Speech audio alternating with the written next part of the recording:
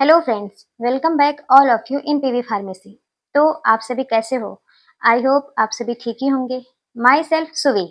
तो आज के इस वीडियो में हम पढ़ने वाले हैं D pharma first year pharmaceutical chemistry chapter number 2, जिसमें हम लोगों ने अपना कंप्लीट कर लिया था वॉल्यूमेट्रिक एनालिसिस, जिसमें हमारी फर्दर टॉपिक थी fundamental of volumetric analysis, acid base titration, non aqueous titration, precipitation titration and complexometric titration and also redox titration.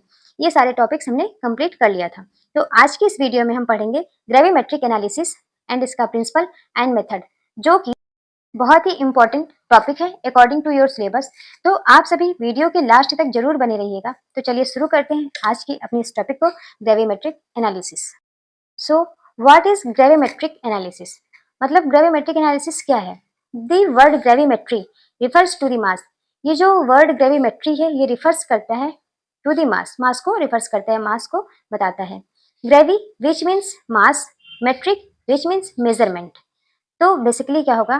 Gravimetric analysis is a method of analysis in which determine the quantity of analyte by measurement of mass. मतलब gravimetric analysis हमारा एक analysis करने का method होता है जिसमें हम determine करते हैं क्वांटिटी ऑफ एनालाइट, एनालाइट की क्वांटिटी को by the measurement of mass, mass का मेजरमेंट करके। In this method analyte is converted into the precipitate. इस मेथड में क्या होता है कि जो हमारा एनालाइट होता है उसको हम प्रेसिपिटेट में कन्वर्ट करते हैं। Method of gravimetric analysis. Method of gravimetric analysis, gravimetric analysis के क्या क्या मेथड होते हैं? प्रेसिपिटेशन प्रेसिपिटेशन ग्रेविमेट्री होता है, वोलाटाइलाइजेशन ग्रेविमेट्री होता है एंड इलेक्ट्रोग्रेविमेट्री होता है। अब ग्रेविमेट्रिक एनालिसिस के एडवांटेज क्या हैं? It is more accurate and more precise compared to volumetric analysis. ये जो हमारा ग्रेविमेट्रिक एनालिसिस होता है ये वॉल्यूमेट्रिक एनालिसिस के कंपेयर में मोर एक्यूरेट रिजल्ट हमें देता है और करेक्ट रिजल्ट देता है।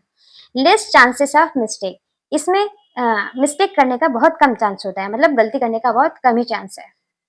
Generally not affected by temperature. ये जो हमारा ग्रेविमेट्रिक एनालिसिस होता है ये टेम्परेचर से अफेक्टेड नहीं होता है, जनरली अफेक्टेड तो नहीं होता है और नहीं होना चाहिए। Disadvantage of gravimetric analysis. Gravimetric analysis के क्या क्या डिसएडवांटेज हैं? It is very time consuming, मतलब कि ये जो हमारा ग्रेविमेट्रिक एनालिसिस होता है ये ज़्यादा टाइम कंज्यूम करता है। It should be perform carefully. अब इस टाइट्रेशन को हमें केयरफुली परफॉर्म करना चाहिए। ये जो हमारा एनालिसिस होता है इसमें बहुत ही ज़्यादा ध्यान देने की ज़रूरत पड़ती है। It require clean glassware and accurate weighing. और इस टाइट्रेशन में, इस एनालिसिस में हमें बेसिकली क्लीन ग्लासवेयर को यूज़ करना चाहिए और एक्यूरेट वेइंग करना चाहिए ताकि मिस्टेक कम हो पाए और हमारा जो रिजल्ट आए वो अच्छा आए। Principle of gravimetric analysis. Gravimetric analysis work on the principle of converting the analyte into pure and stable and weighable compound and then calculating its amount from the mass of that compound. मतलब कि ये जो हमारा gravimetric analysis होता है ये इस principal पे वर्क करेगा जिसमें जो हमारा एनालाइट होगा उसको हम कम्प्लीटली कन्वर्ट कर देंगे एक प्योर, स्टेबल एंड वेएबल कंपाउंड में। मतलब कि वो हमारा पूरी तरीके से प्योर होना चाहिए, स्टेबल होना चाहिए और वेट करने लायक होना चाहिए, जिसको हम आसानी से वेट कर सकें। ऐसे कंपाउंड के लिए ये होता है। And then calculating its amount, और इसका जो अमाउंट है उसको हम इजीली कैलकुलेट कर सकें from the mass of that compound. जब ये हमारा प्रेसिपिटेट फॉर्म में हो जाएगा तो इसके मास को हम इजीली कैलकुलेट कर पाएंगे। इसी प्रिंसिपल पे ये बेस्ड ऑन होता है हमारा gravimetric analysis. Step involve in gravimetric analysis. कौन कौन से स्टेप इन्वॉल्व होते हैं ग्रेविमेट्रिक एनालिसिस में वो देखते हैं। In the gravimetric analysis following step are involve. मतलब कि इस एनालिसिस में फॉलोइंग स्टेप इन्वॉल्व होते हैं जो कि फॉलो करना पड़ता है जब ये हम एनालिसिस परफॉर्म करते हैं। जैसे कि sampling, preparation of solution, precipitation, digestion या Ostwald ripening, filtration, washing, drying और इग्निशन, वेइंग एंड कैलकुलेशन। ये सारे स्टेप्स इन्वॉल्व होते हैं जिनको हमें फॉलो करना पड़ता है। जैसे कि हम पहले सैंपल की बात करते हैं। सैंपलिंग क्या होता है? सैंपलिंग में क्या क्या करते हैं? This sample which is way for gravimetric analysis should be small या वेरी स्मॉल।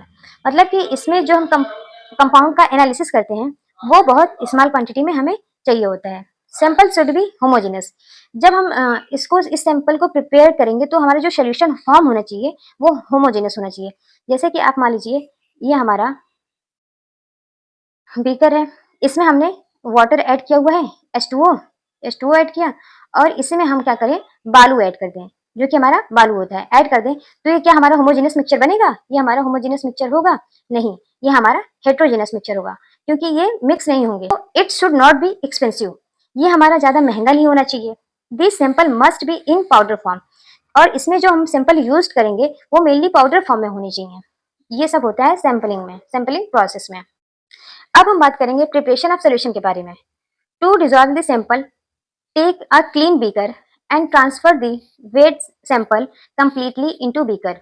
मतलब कि अब जो हमारा सैंपल हमने बनाया है उसको हम डिजॉल्व करेंगे एक क्लीन बीकर में, उसको डिजॉल्व कर लेंगे, जो हमारा सैंपल बना वो डिजॉल्व कर लेंगे और एक क्लीन बीकर में ट्रांसफर कर लेंगे, और उस सैंपल का कंप्लीटली हम वे कर लेंगे। बीकर में डालने से पहले कंप्लीटली, जब इसको हम कंप्लीटली वे कर लेंगे तब इसको हम बीकर में ट्रांसफर करेंगे। फिर pressure, temperature, pH should be maintain. अब ये जो सोल्यूशन हमारा बन रहा है, सैंपल हमारा प्रिपेयर हो रहा है, इसका जो प्रेशर हो, टेम्परेचर हो, पीएच हो, ये मेंटेन होने चाहिए, कांस्टेंट होने चाहिए। If necessary then heat the solution, अगर जरूरत है तो हम सोल्यूशन को थोड़ा सा हीट करेंगे ताकि वो इजिली हमारा प्रिपेयर हो जाए और होमोजेनस मिक्सचर फॉर्म कर ले। होमोजेनस मिक्सचर फॉर्म करेगा मतलब कि हेटेरोजेनस में क्या होता है कि दो फेज होते हैं वो एक दूसरे के अपोजिट होते हैं, एक मिक्स हो जाएगा और एक प्रॉपर मिक्सअप नहीं हो पाएगा। और जो हमारा होमोजेनस मिक्सचर होता है वो दोनों फेज सेम होते हैं और कंप्लीटली मिक्स हो जाते हैं एक दूसरे के साथ। फिर बात करते हैं प्रेसिपिटेशन स्टेप। प्रेसिपिटेशन स्टेप में क्या होता है? In this step add a precipitating agent to the sample solution. इस स्टेप में हम मेनली प्रेसिपिटेटिंग एजेंट ऐड करते हैं सोल्यूशन में, and precipitating agent must be react with analyte and to form precipitate. और अब जो ये हमारे प्रेसिपिटेटिंग एजेंट है ये रिएक्ट करेगा एनालाइट के साथ, बेसिकली एनालाइट के साथ रिएक्ट कर लेगा और पीपीटी फॉर्म करवा देगा, प्रेसिपिटेट फॉर्म करवा देगा। और अब हम बात करते हैं फोर्थ स्टेप की, जो कि हमारा डाइजेशन है, also called as Ostwald ripening. Digestion को हम ओस्टवर्ड राइपनिंग के नाम से भी जानते हैं। During digestion the PPT is left hot for 30 minute. मतलब कि ड्यूरिंग द डाइजेशन के दौरान पीपीटी इज लेफ्ट, जो हमारा पीपीटी है उसको हम हॉट करेंगे, मतलब गर्म करेंगे 30 मिनट टू 1 आवर, 30 मिनट से लेके 1 घंटे के लिए गर्म करेंगे, for dissolution of sample particles, जो हमारा सैंपल पार्टिकल्स है वो प्रॉपरली डिसॉल्व हो जाए। और this process is very helpful in colloidal particles. और ये जो प्रोसेस होता है ये बहुत ही ज्यादा हेल्पफुल होता है जब जो कोलाइडल पार्टिकल्स होते हैं वो यूज किए जाते हैं। अब बात करते हैं फिल्ट्रेशन की, पांचवें स्टेप की। इन this step PPT is separated from the analyte solution. इस स्टेप में क्या करते हैं, जो हमारा प्रेसिपिटेट बना है उसको सेपरेट करते हैं एनालाइट के सोल्यूशन से। Different type of filter media used, इसमें हम विभिन्न प्रकार के फिल्टर मीडिया का यूज करते हैं, मतलब अनेकों प्रकार के फिल्टर्स मीडिया होते हैं, उनका इस्तेमाल करके हम एनालाइट के सोल्यूशन से अपने पीपीटी को सेपरेट कर लेंगे। The choice of filter media is depend upon the nature of PPT. So जो हमारा फिल्टर मीडिया होगा उसको हम चूज करेंगे on the basis of PPT nature. जो हमारे पीपीटी प्रेसिपिटेट का नेचर होगा उसके हिसाब से हम फिल्टर मीडिया को चूज करेंगे। The different filter media is filter paper, filter pulp, इसमें से हम कोई भी यूज कर सकते हैं एज अ फिल्टर मीडिया। तो अब हम बात करेंगे वॉशिंग स्टेप की। After filtration the PPT is washed to remove the impurities at the surface of PPT. Filtration के बाद जो हमारा पीपीटी है उसको हम वॉश करेंगे, मतलब धुलेंगे, टू रिमूव इम्प्योरिटीज, जो उसमें इम्प्योरिटीज प्रेजेंट है उसको हटाने के लिए, रिमूव करने के लिए। कहाँ से? Eight the surface of PPT, precipitate के सरफेस से जो पीपीटी जो इम्प्योरिटीज प्रेजेंट है उसको रिमूव करने के लिए हम पीपीटी को वॉश करेंगे, प्रेसिपिटेट को वॉश करेंगे। Not use too much water during the washing because part of the PPT में लॉस्ट। हमें जब हम वॉश करें उसको तो हमें ध्यान रखना चाहिए कि हम ज्यादा पानी का इस्तेमाल ना करें, उसको ज्यादा ना धुलें, नहीं तो जब हम वॉशिंग करेंगे उस ड्यूरिंग में हमारा जो पीपीटी है उसका कुछ पार्ट्स लॉस हो सकते हैं, मतलब उसके पार्ट्स जो वो भी वॉश हो सकते हैं। Water is not suitable for many PPT as washing solution.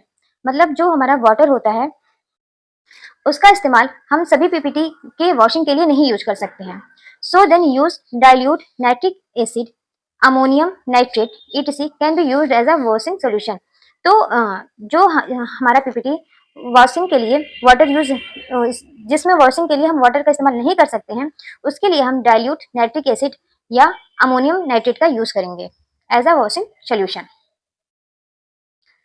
फिर 7वें स्टेप में हम देखते हैं क्या होता है ड्राइंग और इग्निशन। इसमें क्या होता है कि the main purpose of drying और ignition is to convert the PPT in a constant composition. मतलब कि जो हमारा ड्राइंग होता है और इग्निशन होता है, इसका मेन पर्पज यही होता है कि जो हमारा पीपीटी है वो एक कांस्टेंट कंपोजिशन में कन्वर्ट हो जाए। It is heated to remove the water. इसमें हम जो हमारा पीपीटी है उसको हीट करेंगे ताकि उसमें जो वाटर प्रेजेंस है वो रिमूव आउट हो जाए। उसके बाद PPT is dry below the 250 degree Celsius temperature. मतलब कि जो हमारा पीपीटी है इसको हम ड्राई करेंगे 250 डिग्री सेल्सियस टेम्परेचर के नीचे। Ignition term is used when temperature above 250 degree Celsius and below 1200 degree Celsius. Ignition जो हमारा टर्म है ये इंडिकेट करता है, ये इसमें क्या होता है कि जो हमारा टेम्परेचर है उसको बेसिकली हम 250 डिग्री सेल्सियस से ऊपर और 1200 डिग्री सेल्सियस के नीचे हम यूज करेंगे। ये हमारा इग्निशन टर्म है जो कि इग्निशन को डिफाइन करेगा। It is also depend nature of PPT. और ये जो हमारा होता है बेसिकली पीपीटी के नेचर पे भी डिपेंड करता है कि उसको कितना हीट प्रोवाइड करना है, कितना टेम्परेचर प्रोवाइड करना है ड्राई होने के लिए। उसके बाद हमारा लास्ट स्टेप आता है weighing and calculation. Weighing and calculation में क्या होता है after drawing PPT cooled at room temperature. Dry होने के बाद जो पीपीटी है हमारा उसको हम रूम टेम्परेचर पे कूल करेंगे and way accurately on the analytical balance. और इसको हम एक्यूरेटली वे करेंगे ऑन द एनालिटिकल बैलेंस। जो हमारा एनालिटिकल बैलेंस होता है, वेइंग बैलेंस होता है, उसके उस पर हम इसको वे करेंगे। And calculation is percentage is in percentage. मतलब जो कैलकुलेशन होगा हमारा वो परसेंटेज में होनी चाहिए। For calculation require knowledge of. Calculation करने के लिए हमें कुछ पॉइंट्स का नॉलेज भी होना जरूरी है, जैसे कि केमिस्ट्री का, स्टाइक्योमेट्री का एंड कंपोजिशन ऑफ प्रेसिपिटेट का। तो इन सब का नॉलेज होना जरूरी है जिसके हिसाब से, जिसके बेसिस से हम इजीली कैलकुलेट कर पाए अपने पीपीटी को। तो ये हमारा जो था ग्रेविमेट्रिक एनालिसिस हमारा कंप्लीट हो चुका है। आई होप आप सभी लोगों को आज का वीडियो समझ में आ गया होगा, जो कि बहुत ही ज़्यादा इंपॉर्टेंट टॉपिक था।